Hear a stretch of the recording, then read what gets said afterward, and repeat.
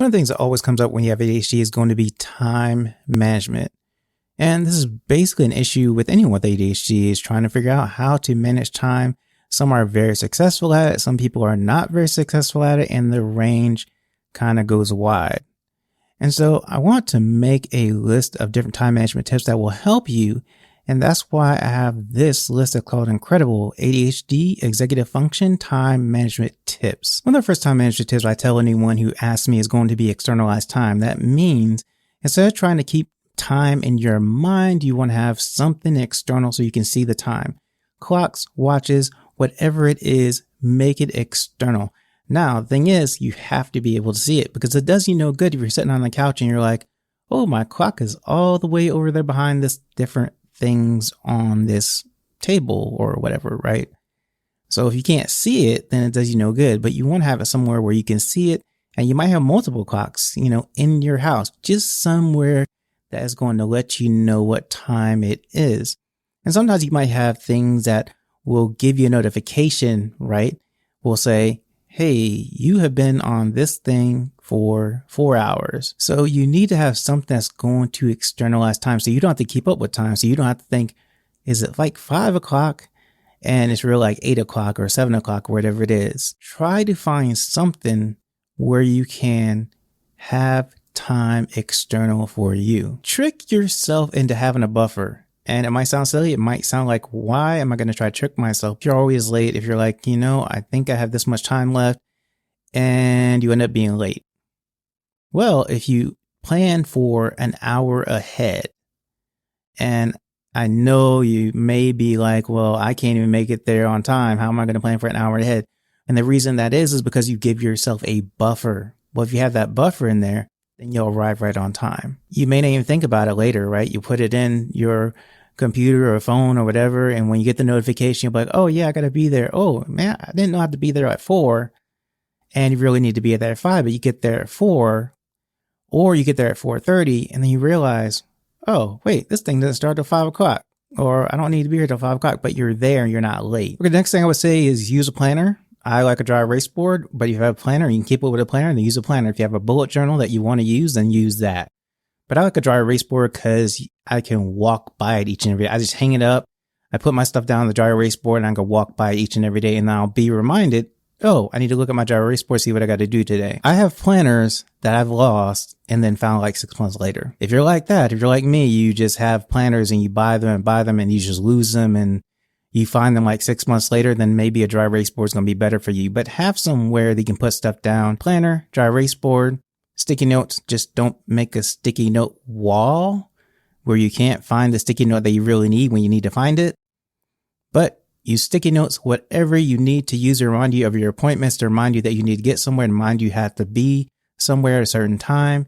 Use that. So planner, dry erase board, sticky notes, all kind of essential, all things you can use, all things that may make it easier for you to manage your time better. Now, the next thing I would say is if you can't use any of those, use a calendar program. So Google Calendar, whichever calendar program you want to use, Outlook. Now, this is what I do. I put my appointments in there, and then I put a lot of notifications 1 day before, 4 hours before, 2 hours before, 30 minutes before, 10 minutes before. All those notifications come up on my phone. I realize, okay, I've got an appointment and I need to be at this time, and it keeps telling me what the notification is. So calendar program can help a lot. If you don't have one, go ahead and check them out. See which one you like. You can get them anywhere, basically. Now, speaking of notifications, I said notifications about the calendar program, but you need to set many alarms. If you are not a morning person, then you need to set a whole bunch of alarms so you can get up in the morning. Now, you may be like, well, 1 or 2 is enough. Maybe not. Maybe you need 7 or 8 or 10 or whatever you need. You put them all on your phone. You have them go off every like 5 minutes, 10 minutes, whatever it is. And that can help you stay on time. You were asleep and now you need to get out of bed, and you slept some more and now you need to get out of bed. So definitely have more alarms than the average person. Now, another thing you might want to do is set your clothes out the night before, because you may not have time to set your clothes out. You may be in your closet going, well, I could wear that, but that doesn't match that. I could wear this, but I wore it the other day and maybe I don't want to wear that again. I could wear that, but I can't find the thing that I need to wear that with. This will help you because you get them out the night before. You've already decided, hey, these are the clothes I'm going to wear the next day. You've got everything set out that you need for the next day. So you're not forgetting anything, and so you don't end up at work with 2 different color socks or 2 different color shoes or pants on backwards. And I've heard of all these stories. So yes, they do happen. The next thing I would say is meal prep. Now, meal prep is just simply cooking up food or taking food, putting in the containers, and then being able to take it out of the containers or heat it up. But once you have the food prepared, then it's easy for those 7 days, right? So what you can do, even if you don't like to meal prep that way, you can write down what you want to cook or what you want for the next 7 days. So that way, when you are trying to decide what you want to eat, you can just look at your list and say, okay, well, I'm going to eat chicken and rice and broccoli today and something else. And then you get to the next day and be like, okay, I'm going to have pizza today. I'm going to have homemade pizza that I make because it will be fun to make homemade pizza. And I like pizza, so that's just the choice. The point is that you have your meals written out so you can just look at the list and know exactly what you're going to eat, know exactly what you need to go to the grocery store for. If you need to go to the grocery store and get the things that you need to cook whatever you need to cook, rather than waiting until it's too late or you don't have everything that you need. You have some of it, but don't have everything that you need. By the time you decide to eat something else, a lot of time has passed that you really need to be spending on something else rather than spending on time trying to figure out what you need to cook and what you want to eat. The next thing I think would save time, and it's hard to do even for everybody else, but especially with people with ADHD, have time away from your electronics. Just put the phone down, put the computer down, put your iPad down, and just have time away from them. Put them up somewhere, put them and say, I'm not going to look at them. I'm going to take time off from them for this amount of time. An hour or whatever it is. When you're away from electronics, then you're not tempted to go and look at Facebook or whatever social media that you're going to look at, right? And you may just be surprised because you'll put it down, put the device down and be like, I never thought that I would just be trying to figure out what to do. And then you try and find something different that you want to do. Things you probably haven't looked at for a while. Things that you're like, hey, I have time to do that now because I'm not on my phone. Just take some time away. Just take some time, put your electronics down, put them away. It will help save you time because you will think of something else to do that you need to do. Next up is going to be home automation. Automation is awesome. The reason why it's awesome is because it helps to be your executive function for you. And when you have executive function issues, when you have ADHD and that's part of it, then automating things makes things so much easier. You don't have to waste time thinking about, okay, what do I need to do? Oh, I need to do that. I need to do this. Oh, I need to put my coffee on in the morning and make sure that's good. And then go here and do this. Well, you don't have to do all that when you automate things. Maybe you have a Keurig and you automate that to come on in the morning. So your water is already there. It's already hot. Maybe you have dimmer lights that you want to dim the lights at a certain time. You don't have to remember that. You just have your lights programmed to go off at a certain time. So anything you can automate, I think will be good because of the fact that it will act as executive function basically for you. It's something that you don't have to think about. Once you program it, it's good. It's done. You might want to get one of those vacuum robot things that goes around the house. Not sure how good they are, but that's one thing you can automate. Maybe you don't want to do vacuuming yourself and you have this little automated robot thing roam around the house and pick up all the mess and everything like that. You could do that. That could be kind of a home automation thing. Anything that you can kind of just have it work on its own is a good thing, I think, when you have ADHD, because it helps to free up time for things you don't have to use executive function for. You can use it for something else. The next thing I think will be good is going to be just stop and breathe sometimes. Just stop for a second.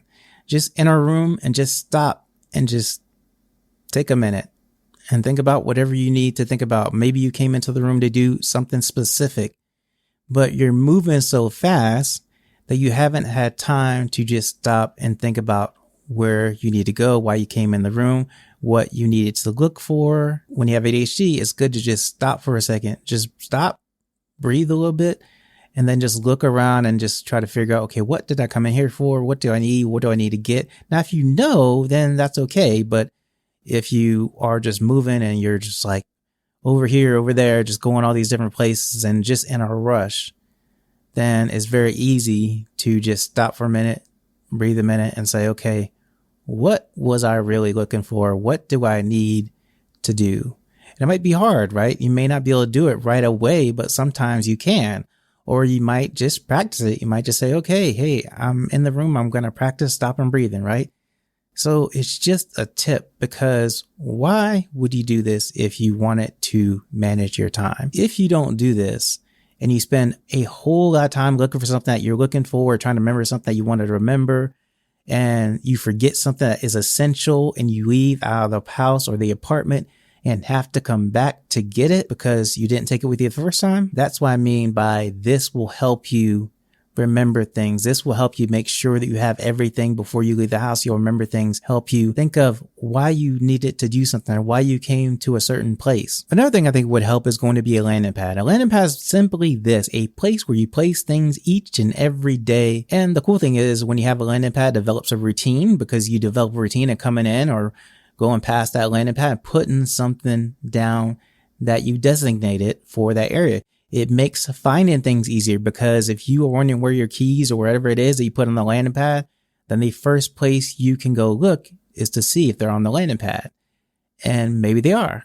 And that will be an easy find.